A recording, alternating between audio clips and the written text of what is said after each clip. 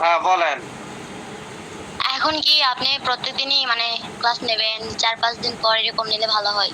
ওই যে আপনি যে ক্লাসগুলো করাইছেন না চ্যাপ্টার অনুযায়ী, বা আর হচ্ছে মানে কলেজে আরো বেশি করে করাচ্ছে, ওগুলো আবার এক্সট্রা করে করতে হচ্ছে। প্রত্যেকদিন 3টা করে হয়, সামনের মানে মাস থেকে আরো 5টা করে হবে। আমি আপনার কথা বুঝি নাই কিছু, আবার শুরু থেকে বলেন। স্যার বলতেছি, আপনি হচ্ছে মানে গতকাল ক্লাস নিছেন, আজকেও নিছেন না, তো এগুলা তো হ্যাঁ। করতে হবে তাই না? আর আপনি যে হচ্ছে আগের ক্লাস করাইছেন ওগুলা মানে চ্যাপ্টার গুলা করাইছেন না, ওগুলা কলেজে করাচ্ছে। আরো মানে যেগুলা আপনিও করেন নাই, কই থেকে জানি করাচ্ছে, ওগুলা এক্সট্রা করে দিচ্ছে, মানে স্যারেরা পড়া নাই তো ওগুলা। মানে আপনার কথা কি আপনার মতে হচ্ছে যে তাইলে সপ্তাহে 1 দিন 2 দিন ক্লাস করাবো এরকম? না না, এই 2-3 দিন এরকম পর পর হলে ভালো হয়, সবাই না তো ক্লাস। না, এটা পসিবল না। হ্যাঁ, এখন সেই ক্ষেত্রে যদি ধরেন আপনার কষ্ট হয়, তাহলে আপনি ক্লাসের রেকর্ড অন মানে রেকর্ড ক্লাস কভার করে নেবেন। কারণ হচ্ছে আমাদের পড়া সব আস্তে ধীর গতিতে হচ্ছে। তাই আপনার ক্যাম্পাসে সর্বোচ্চ 2-3 মাস ক্লাস হবে, 2-3 মাস পরে ক্যাম্পাসে ক্লাস বন্ধ হয়ে যাবে। তো 2-3 মাসের মধ্যে সব বই শেষ হয়ে যাবে, বুঝতে পারছেন? তো সপ্তাহে 2 দিন ক্লাস 3 দিন ক্লাস নিলে 3 বছর আমি বই শেষ করতে পারবো না। আরো যখন আমাকে বলছে তো যে ওদেরও এরকম করে মানে এক্সট্রা বেশি না, ক্লাস। আরো অনেকে বললে সেই ক্ষেত্রে যাদের সার্ভাইভ করতে কষ্ট হয় তারা হচ্ছে রেকর্ড ক্লাস করে কভার নেবে। সপ্তাহে 5 দিন, 5 দিনের জায়গায় আমি সর্বোচ্চ যেটা করব সেটা হচ্ছে 4 দিন সর্বোচ্চ, কিন্তু এর নিচে আসার কোনো সুযোগ নাই। তো সেই ক্ষেত্রে যদি একান্তই কারো খুব বেশি অসুবিধা হয়, সে ক্লাস রেকর্ড শুনে নিবে, সে নোট করে রাখবে। যদি হ্যাঁ বলো, স্যার সোহাগ বলো। তো এখনো এই কালকে ক্লাস রেকর্ডটা দেয় নাই। এই সোহাগ, স্যার মানে হ্যাঁ স্যার বুঝি নাই। আমাদের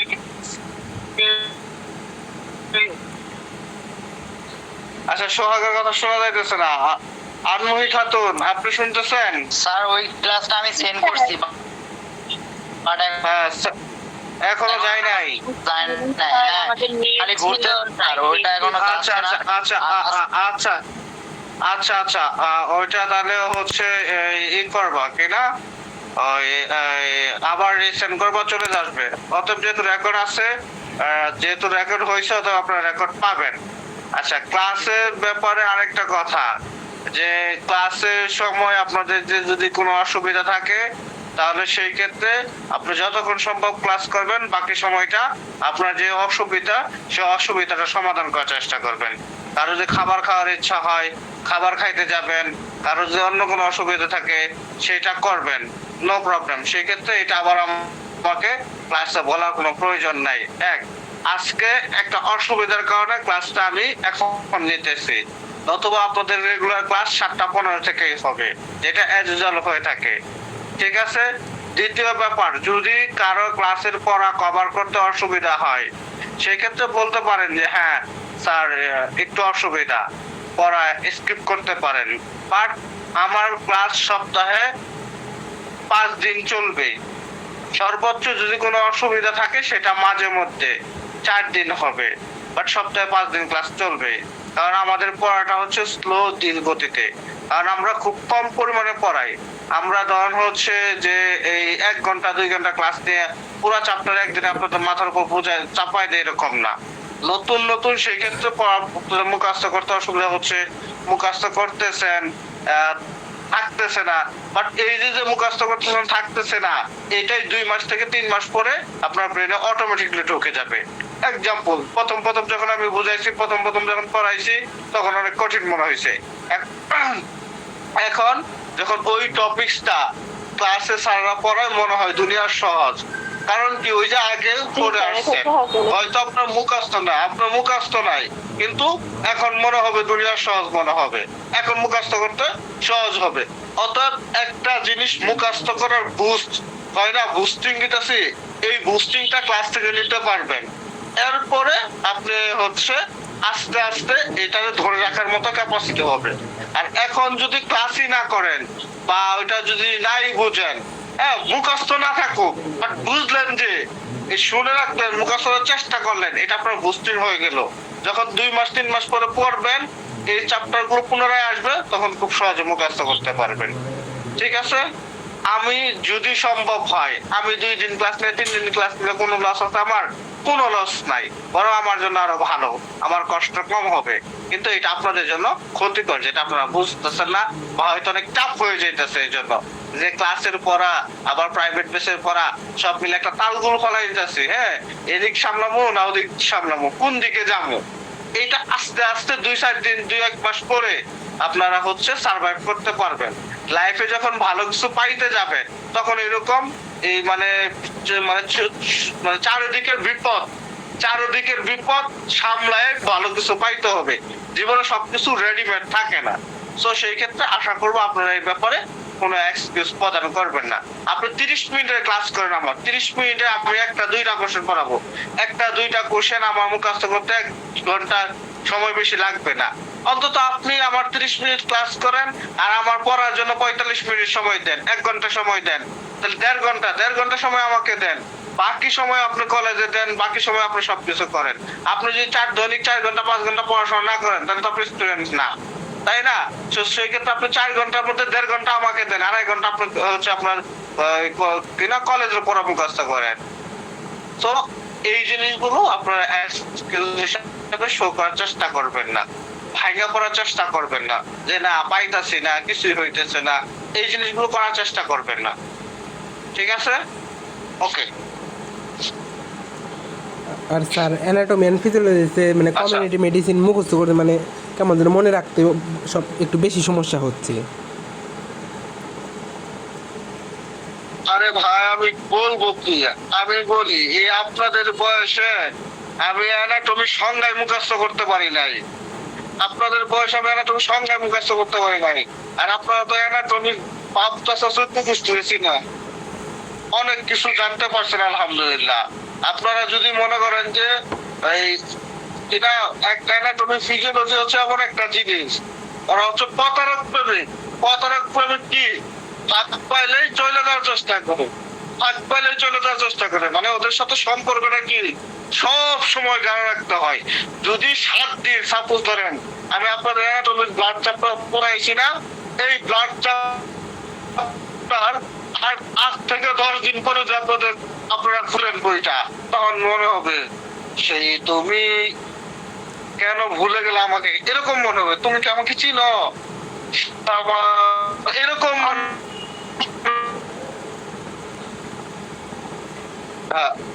আরে আল্লাহ, কোনদিন দেখছি এরকম মনে হবে, এইটা স্বাভাবিক ব্যাপার।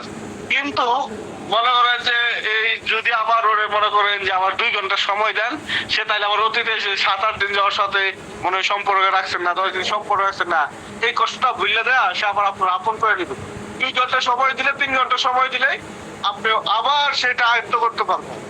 আবার যদি 1 মাস সম্পর্ক না রাখেন, তখন মনে হবে যে আমি ধরো চিনি, এরকম মনে হবে। এটা স্বাভাবিক একটা ফ্যাক্টর।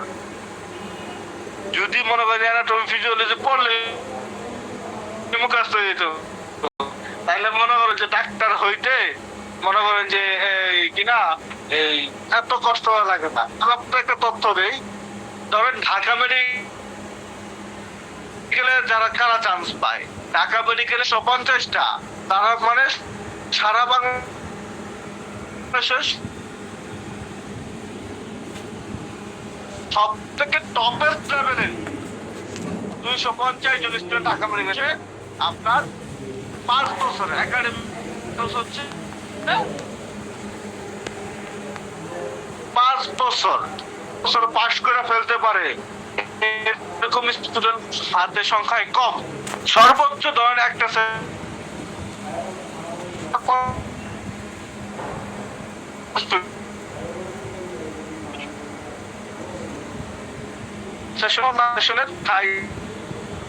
থেকে 20 জন স্টুডেন্ট একটানা পাস করতে পারে, নতুবা বাকি সব পার্সেন্ট সাবজেক্ট 100% সাবজেক্ট। হ্যাঁ, তাইলে চিন্তা করেন যে ওইখানে আমরা ওদের মতো আইএসটি স্টুডেন্ট ভর্তি হয় না, সারা বাংলাদেশের টপেস্ট লেভেলের 250 জন স্টুডেন্ট ভর্তি হয়, যারা সবাই কি যখন হচ্ছে একটানা পাস করতে যায় সর্বোচ্চ 15 থেকে 20 জন মনে করেন যে টানা 5 বছরে পাস করে আসতে পারে। বাকি সবাই কোন না কোন 6 মাস, 1 বছর, 2 বছর ইয়ারড্রপ যাবেই এই ইয়ারড্রপ খায়া পাস করে আসবে। বাকি সবারই চিন্তা করেন যদি অ্যানাটমি ফিজিওলজি এত সহজ হইতো তাহলে কি আসলে এটা মনে করেন যে ওদের এরকম ওদের মতো ফেল করা লাগতো না, স্বাভাবিক ব্যাপার। তো সেই ক্ষেত্রে মনে করেন যে আপনারা হইতেছে আন্ডা পোলাপান, আপনারা হইতেছে বাচ্চা পোলাপান, হ্যাঁ আপনারা এখন এই যে এই লেভেলের হচ্ছে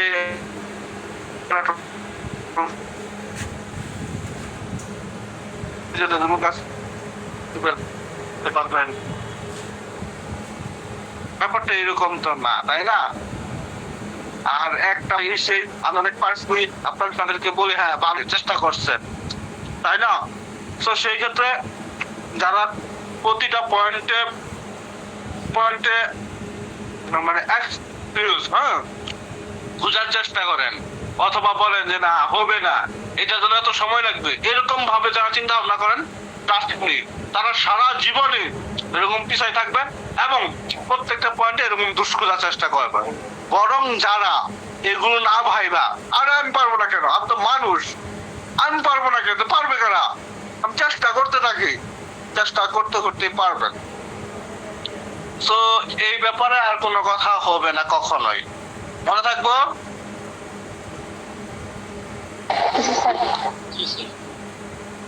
না বাকিরা কি সন্তুষ্ট না আমার কথায়?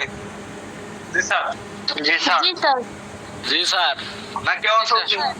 নাকি আমি নুরা বুঝ দিলাম, নাকি বলবে যে স্যার আপনি তো ক্লাসে নুরা বুঝে দিলেন? না স্যার, না স্যার, এটাই ঠিক, এটাই রুল। আচ্ছা রোল বলেই সবকিছু বুঝি। কি হাদিকা কি বললেন? মানে বলতে এখানে তো রুলস বলেই সবকিছু আমরা বুঝতেছি আইসটিতে। সেটা বুঝতে হবে কারণ এখন তো লাইফটা আগের মতো নাই। আচ্ছা যাই হোক, আমরা হচ্ছে পড়ায় চলে যাই, অনেক কথা হয়ে গেল, ভাবছিলাম কথা বলবো না কিন্তু আপনাদেরকে কথা বলতে হইতো। আচ্ছা এই কথাগুলো আমি আমার এক্সপিরিয়েন্সের মাধ্যমে বলছি, হ্যাঁ থিওরির মাধ্যমে বলি নাই। থিওরি আর এক্সপিরিয়েন্সের মধ্যে অনেক পার্থক্য। দেখবেন মুরব্বী মানুষের কিছু কিছু কথা তিতা লাগবো, মুরব্বী মানুষের কিছু কথা হ্যাঁ মনে বোঝে না যে ওনার কথাগুলি সত্যি হয় এবং সত্যি কথা বলতে এই যে আমি যে কথা বললাম এখানে অনেকে আমার কথা অনেক বিরক্ত হয়েছেন, হ্যাঁ অনেক রাগ করতেছেন, অনেক মনে মনে বুঝেছেন বেশি বুঝে বেড়ায়, বেশি কথা কয়, হ্যাঁ এরকম মনে হচ্ছে। কিন্তু সত্যি কথা বলতে কি এই কথাগুলো একটু ওকে। সাইকেল হচ্ছে 6টা, ডিজি সাইকেল কয়টা? 6টা। রূপ সৃষ্টি হওয়া থেকে একদম সুস্থ হওয়া পর্যন্ত 6টা ধাপ। একটা ধাপ হচ্ছে ইনকিউবেশন পিরিয়ড, আরেকটা ধাপের নাম হচ্ছে প্রোড্রোমাল পিরিয়ড, আরেকটা ধাপের নাম হচ্ছে ফাস্টিজিয়াম, পরে হচ্ছে ডিফারবিসেন্স, পরে হচ্ছে কনভালসেন্স, পরে হচ্ছে ডিফেকশন।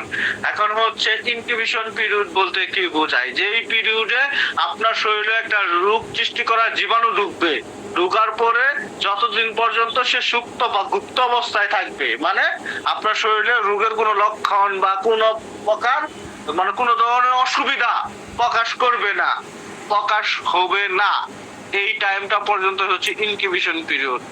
এরপরে হচ্ছে যেই দিন থেকে আপনি ধর হচ্ছে একটু বোঝা শুরু করলেন, মাথাটা ঘুরাইতেছে, হ্যাঁ শরীরটা ঘেমে যাইতেছে, তারপরে হচ্ছে আপনার হচ্ছে শ্বাসকষ্ট হচ্ছে, হ্যাঁ হয়রানি হচ্ছে, এরকম লাগতেছে, হ্যাঁ এই যে একটু বুঝতেছেন, এইটার নাম হচ্ছে প্রোড্রোমাল পিরিয়ড। বাট এইখানে আপনার হচ্ছে সাইন সিম্পটম কি ক্লিয়ার না, আপনার জ্বর হইছে, ঠান্ডা হইছে, না টাইফয়েড হইছে, না পাতলা পায়খানা হইছে, না বড় কোনো ধরনের অসুবিধা হইছে, এই কি লক্ষণগুলো ক্লিয়ার কাট না, এটা হচ্ছে প্রোড্রোমাল পিরিয়ড। জাস্ট প্রোড্রোমাল পিরিয়ডে কি ওই যে হচ্ছে আপনার মাথা ঘুরানো, সামান্য জ্বর, হ্যাঁ, তারপরে হচ্ছে শরীরে একটু হচ্ছে শরীরটা ঘেমে যাচ্ছে, হ্যাঁ, একটু হাঁপানি সৃষ্টি হচ্ছে, একটা অস্বস্তি বোধ হচ্ছে, এইটা হচ্ছে প্রড্রোমাল পিরিয়ড। এটা হচ্ছে প্রড্রোমাল পিরিয়ড। এর পরে ধরেন হচ্ছে পরের দিন বা পরের দিনই আপনি হচ্ছে অসুস্থ হয়ে গেলেন, পুরোপুরি শরীরে জ্বর চলে আসছে, তারপরে ধরেন হচ্ছে আপনার এই পাতলা পায়খানা শুরু হয়েছে, ঠান্ডা লাগা শুরু হয়েছে, হ্যাঁ, এরকম হচ্ছে রোগের যে লক্ষণ, প্রত্যেকটা লক্ষণ প্রকাশিত হয়ে গেছে। মানে আপনি 100% শিওর হয়ে গেছেন কি আপনার এই রোগটা হয়েছে বা আপনি অসুস্থ হয়ে পড়ছেন। এটার নাম হচ্ছে ইলনেস পিরিয়ড। এটার নাম হচ্ছে কি, এটার নাম হচ্ছে ইলনেস পিরিয়ড বা ফাস্টিজিয়াম পিরিয়ড। ইলনেস অথবা হচ্ছে ফাস্টিজিয়াম পিরিয়ড, মনে থাকবো, ইলনেস অথবা হচ্ছে ফাস্টিজিয়াম পিরিয়ড। এর পরে হচ্ছে আপনার মনে করেন যে আপনি যে অসুস্থ হয়েছেন, এরপরে কি আপনি ডাক্তারের কাছে যাবেন না বা ওষুধ খাবেন না? অবশ্যই ওষুধ খাবেন। তো ওষুধ খাওয়ার পরে আপনার শরীরটা একটু ভালো, মনে করেন যে সকালে গেছেন, দুপুর দিকে আলহামদুলিল্লাহ একটু জ্বর কমছে, একটু ভালো হওয়ার দিকে, এই যে শরীরটা যে একটু ভালো হওয়ার দিকে, এটা হচ্ছে ডিফারভিসেন্স পিরিয়ড। এটা কি, এটা হচ্ছে ডিফারভিসেন্স পিরিয়ড। অর্থাৎ বডিতে কি ডিফেন্সিভ মেকানিজম শুরু হয়েছে, অর্থাৎ বডি কি যে আপনারা অ্যাটাক করছেন তার বিরুদ্ধে কাজ করা শুরু করছে। এটা হচ্ছে ডিফারভিসেন্স পিরিয়ড। তো আজকে সকালে ওষুধ খেয়েছেন, বিকালে ভালো, পরের দিন আলহামদুলিল্লাহ, তারপরের দিনও আপনি মনে করেন যে পুরাপুরি, মানে আজকে ওষুধ খাইছেন তার 3 দিনের মধ্যেই আপনি মনে করেন যে আপনার শরীরে যে জ্বর, সর্দি, কাশি, ঠান্ডা, পাতলা পায়খানা ছিল সব লক্ষণ চলে গেছে, আপনি সুস্থ হয়ে গেছেন। কিন্তু আপনার যে অ্যাটাক করছিল, আপনার যে অসুস্থ সৃষ্টি হয়েছিল, মানে অসুস্থ সৃষ্টি করছিল, সে এখন আপনার বডিতে আছে, কিন্তু ঝিমে ঝিমে অবস্থায়, একদম নিবু অবস্থায়, মানে তার শরীরে আপনাকে ক্ষতি করার মতো শক্তি নাই। বাট এই জন্য আপনার শরীরে রোগের কোনো লক্ষণ নাই, আপনার শরীরে রোগের কোনো লক্ষণ নাই, ক্ষতি করার মতো কোনো শক্তি তার নাই, যার কারণে রোগের কোনো লক্ষণ, আপনি সার্বিকভাবে চারিদিক দিয়ে সুস্থ হয়ে গেছেন। এই যে ব্যাপারটা, এটা হচ্ছে কনভালসেন্স পিরিয়ড। এরপরে মনে করেন যে আপনার অ্যান্টিবায়োটিকের পুরো ডোজ 7 দিন, 14 দিন, 5 দিন, মানে যেই রোগ হয়েছে সেই রোগ অনুসারে অ্যান্টিবায়োটিকের ডোজটা আছে, সেটা আপনি পরিপূর্ণ কমপ্লিট কি করছেন, শেষ করছেন। তখন কি হয়েছে, ওই যে আপনার বডিতে যে অ্যাটাক করছিল, সে যে ওই যে একদম হচ্ছে ঝিমঝিম অবস্থায়, হ্যাঁ, আছে, সে পরিপূর্ণ মারা যাবে, সে পরিপূর্ণ ধ্বংস হয়ে যাবে এবং পরিপূর্ণ ভাবে আপনার বডি থেকে বের হয়ে চলে আসবে, আপনার বডি পরিপূর্ণ সুস্থ হয়ে যাবে। অর্থাৎ সেই প্যারাসাইট বা ওই যে এজেন্টটা ছিল, ওই এজেন্ট আপনার বডিতেও নাই, কোন প্রকার রোগের কোনো লক্ষণ নাই। এটা হচ্ছে ডিফেকশন। এটা হচ্ছে ডিফেকশন। এই হচ্ছে রোগের 6টা ধাপ। ডিজিজ সাইকেল কয়টা? ডিজিজ সাইকেল হচ্ছে 6টা। বুঝতে পারছেন? ওকে, আচ্ছা, এইবার আমরা এই ডিজিজ সাইকেলের 6টা ডিজিজ সাইকেলের কি করব, কি না, ওই কি বলতেছিলাম, কতটুকু আপনার পরীক্ষায় লিখতে হবে অতটুকু আমি আপনাদেরকে মার্কিং করে দিতেছি। আচ্ছা, দাঁড়ান একটু পিডিএফটা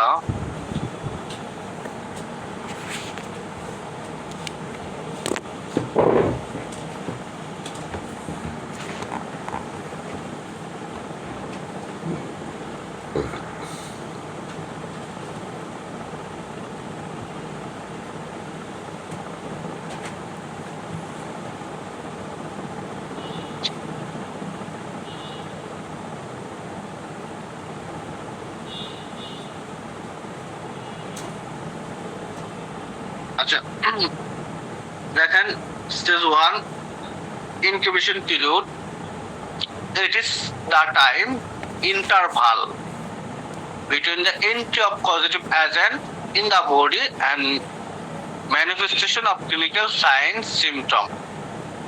এই যে পর্যন্ত, এটা হচ্ছে বডিতে একটা এজেন্ট ঢোকার এবং ক্লিনিক্যাল সাইন্স সিমটম প্রকাশিত হওয়ার মধ্যকার সময়টা বা বিরতিকালের সময়টা, এই যে এখানে লেখছে interval, it is the time interval between the entry of positive agent. তো পজিটিভ এজেন্ট ঢুকলো ইন দ্য বডির মধ্যে and manifestation of clinical sign symptom, এবং ক্লিনিক্যাল সাইন সিমটম ম্যানিফেস্টেশন মানে কি প্রকাশিত হওয়ার মধ্যকার যে সময়টা, এই সময়টা হচ্ছে ইনকিউবেশন পিরিয়ড। অর্থাৎ একটা জীবাণু ঢুকছে আপনার বডিতে বা কজরে ঢুকছে, ঢোকার পরে মনে করেন যে 5 দিন পরে আপনার হচ্ছে রোগের লক্ষণ একটু একটু প্রকাশ হইতে আসছে।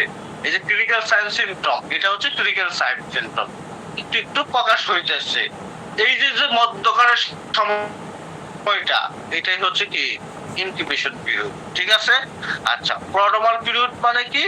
এটা হচ্ছে ছোট্ট একটা সময়, হ্যাঁ, যেটা 1 থেকে 4 দিন হতে পারে। এটা 1 থেকে 4 দিন হতে পারে। এইখানে কি কি বৈশিষ্ট্য থাকবে?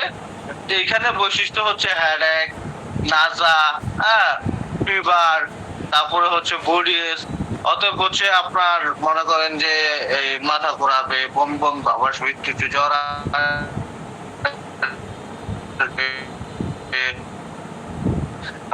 প্রকাশিত হবে। This clinical sign symptom is not possible due to, এখানে হচ্ছে আপনার একটু করে দিছে না, কঠিন করে দিছে, আমি আপনাদেরকে শর্ট করে দিতেছি, আপনারা হচ্ছে এইভাবে লিখবেন। প্রোড্রোমাল পিরিয়ড, হ্যাঁ, it is a short period, শেষ, it is a short period. এখানে রেঞ্জিং ফ্রম 1 to 4 days কিছুই লাগবে না। ইন দিস স্টেজ পরে কি লিখবেন? ইন দিস স্টেজ, হ্যাঁ, in this stage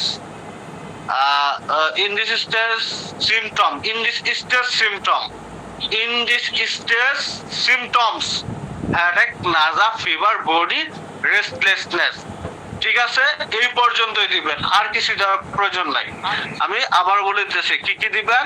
prodromal period আর হচ্ছে সেকেন্ড পিরিয়ড, যেটা বলা হয় second stage. Because it is short period. It is short period. In this stage, clinical symptom. In this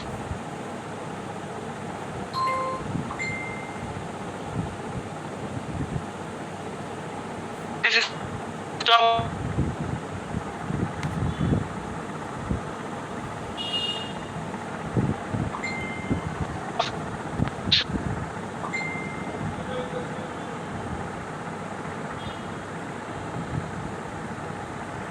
Okay.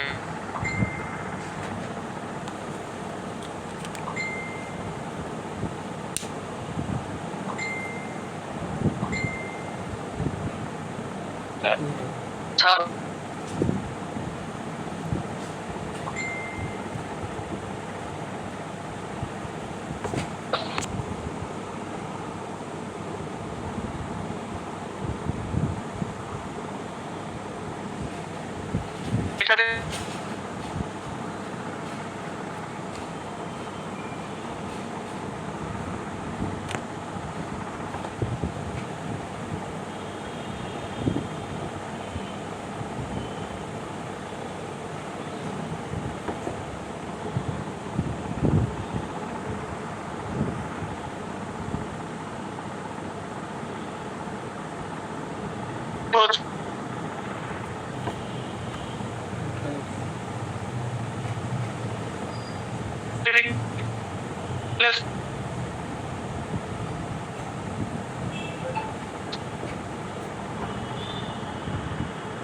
লিখবেন ইল মানে অসুস্থতা না, তাহলে আপনাদের মনে থাকবে বেশি।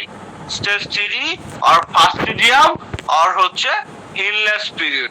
স্টেজ 3 আর ফাস্টিডিয়াম আর ইলনেস পিরিয়ড। ঠিক আছে? In this stage the patient is ill. In this stage, the patient is ill.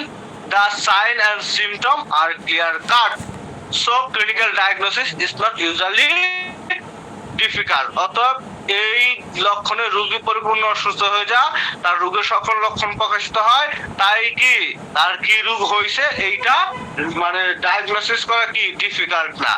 এই লাইনটা চাইলে আপনি বাধা দিতে পারেন। Just like when in this stage the patient is ill, the sign and symptom are clear cut. কথা বুঝতে পারছেন? জি স্যার, জি স্যার। স্টেপ 2টা একটু আবার বলবেন, আমার নেট সমস্যা দিছিল।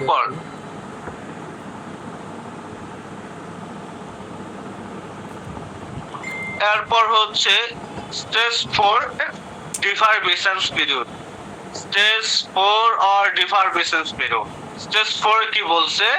স্টেজ 4 বলতে আমরা বলছি ডিফেন্সিভ পিরিয়ড, মানে এই পিরিয়ড কি আপনার বডি ডিফেন্সিভ মেকানিজম কি শুরু হবে, বডির ডিফেন্সিভ মেকানিজম শুরু হবে। তাহলে in this stage body's defensive mechanism is begin to take an upper hand over pathogen and the patient begin to feel better. অর্থাৎ এই স্টেজে বডি ডিফেন্সিভ মেকানিজমটা শুরু হয়, হ্যাঁ, বডি যে প্যাথোজেন বা যে অ্যাটাক করছিল তার উপরে, এবং আপনি হচ্ছে কি কিছুটা আরাম বোধ বা ভালো অনুভব করা শুরু করবেন। এই কথাটা এখানে লেখছে, in this stage body's defence mechanism begin to take an upper hand over pathogen and the patient begin to feel better. Clear? বুঝতে পারছেন? ওকে, আচ্ছা। এরপর স্টেজ 5 বা কনভালসেন্স পিরিয়ড। স্টেজ 5 বা convalescence period. During this stage, the patient recover from disease. During this stage, the patient recover of disease. এই স্টেজে রোগী কি রোগ থেকে মুক্তি হয়, মানে কি তার এই যে কনভালসেন্স, তার কি রোগের কোনো লক্ষণ বা এগুলো মানে এই রোগের যে লক্ষণগুলো আছে, সাইন সিম্পটম কিছুই থাকে না, মানে সে রোগ থেকে মুক্তি হয়ে গেছে। But may still harbour the disease agent, but যে হচ্ছে আপনার অ্যাটাক করছিল সে এখনো কি জীবিত আছে, সে এখনো ওইখানে বসবাস করতেছে, সে পরিপূর্ণ আর কি ধ্বংস হয় না, এই কথাটাই বলছে।